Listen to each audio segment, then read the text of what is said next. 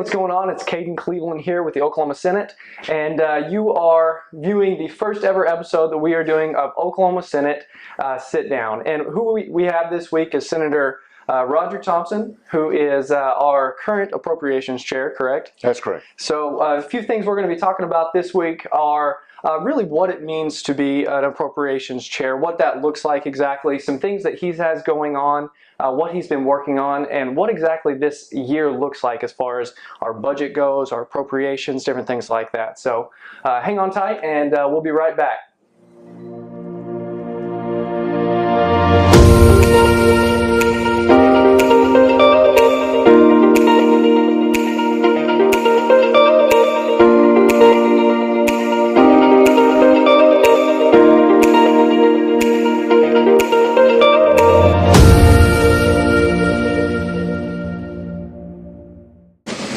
Hey, welcome back. And as I mentioned before, we have Senator Thompson here joining us this week. Now, Senator Thompson, you were named by our new leader, Senator Treat, the new Appropriations Chair, correct? That's correct. Okay, and now let me ask you this. What exactly goes into that title of being an Appropriations Chair? What exactly is your job for the person outside this building who doesn't quite understand all the titles that go on here? There's a lot of money that flows through the state of Oklahoma. The Appropriations Chair, of course, is working with each of the state agencies, looking at their budgets, whether that be, and what I'm doing, their federal budgets or state money and or local money. I want to know all the monies that flow through, and so we can take a look at it. At the end of the year, we have to take the money that is certified by the State Board of Equalization, and then bring that around. That's the money that we can have that we can appropriate back out to the different agencies. Gotcha. Now, we have about 91% of our budget is taken up by some of our 10 top agencies, and so we've already started some of the personal hearings of those agencies. During the session, we'll have budget hearings, and everybody will come in.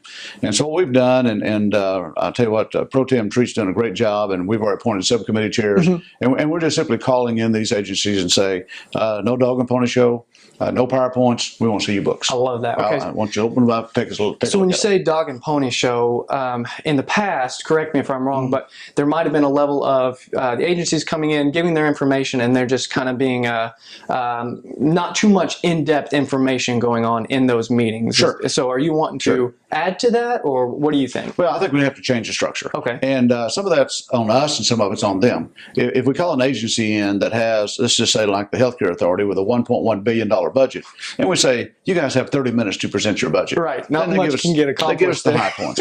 And so what we try to do is say, we want you to bring everybody in, your CFO, whoever, sit down around a conference table, and we're going to be here as long as it takes. And I want to go line by line, and I want to understand exactly what the impact is of every dollar that they're spending and where it's going.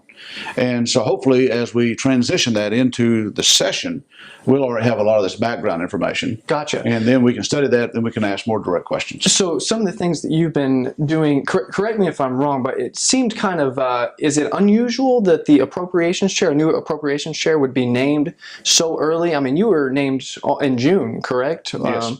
Now, is that a little early? Have you, what has kind of been done in that time between June and now in going into November, getting closer to session? What exactly have you been doing to prepare? As far as being early, I can only give you my history. Right. My first 2 years here, Senator Jolly was Appropriations Chair. The last 2 years have been Senator David, done a great job. Yep. And but she was named in November of that, so she had just a short time to get ready, geared up, and ready to go.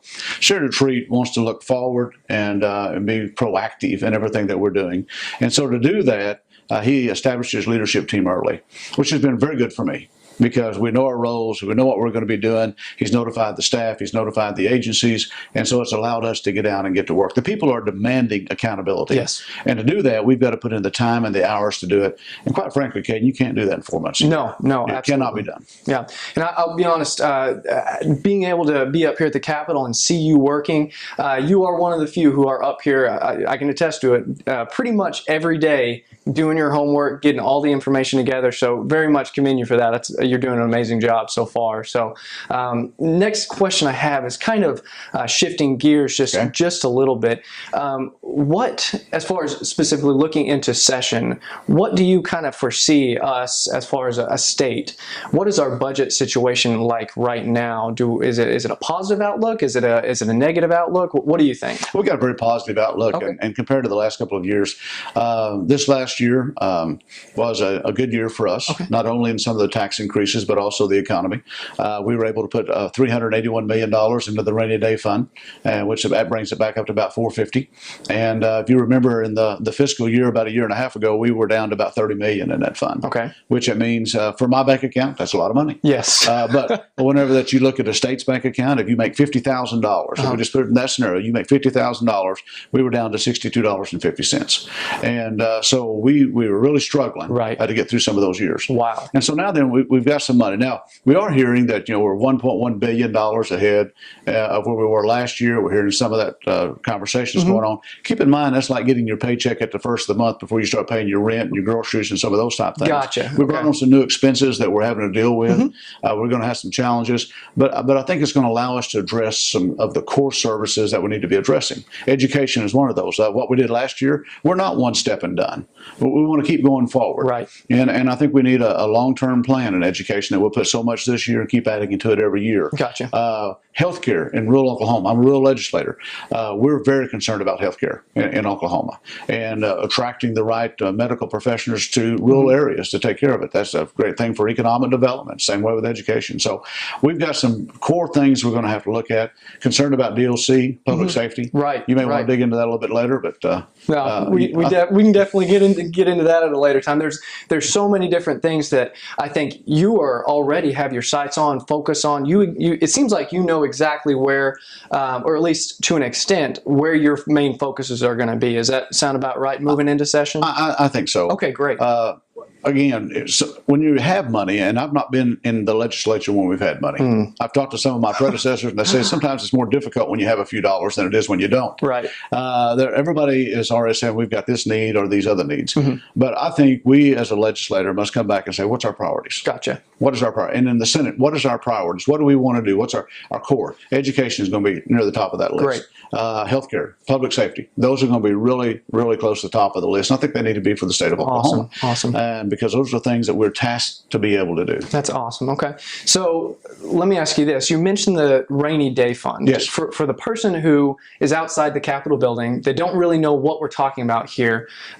Is that essentially like a savings account for the state, or what does that mean exactly? It is one of the for many years, the savings account, but one of them. Gotcha. And so anything that comes in 100% above our estimate will go into the rainy day fund. Okay. And so this last year, whenever we came in at 1.685 above our estimate, so that 6.85 went on in, and that's what created then the $381 million. Okay. That added to the $70 million, so it gives us $450 million. Now, it's unlike your savings account or my savings account. If I get in a little bit of a bind or something, I can go in and pull $50 out. There's restrictions on how that money can be accessed later on. And which is a good thing. Gotcha. It's constitutional, making sure that we can't run to it every time some new program comes up that we want to fund. It's got to be definitely a rainy day account. Gotcha. We've got to have the money to be able to go. So it has to be an absolute necessity for us to be able to access those available funds. One of the things that Chairman Wallace over in the House and I, we've been discussing that constitutionally it caps out at $750 million. Right. And as our expenses continue to grow within the state of Oklahoma, and we're saying, okay, is $750 million going to be enough that we need an account? There's some conversation. Maybe that needs to cap out at $1 billion a year, that we can actually have something we can go back and look at.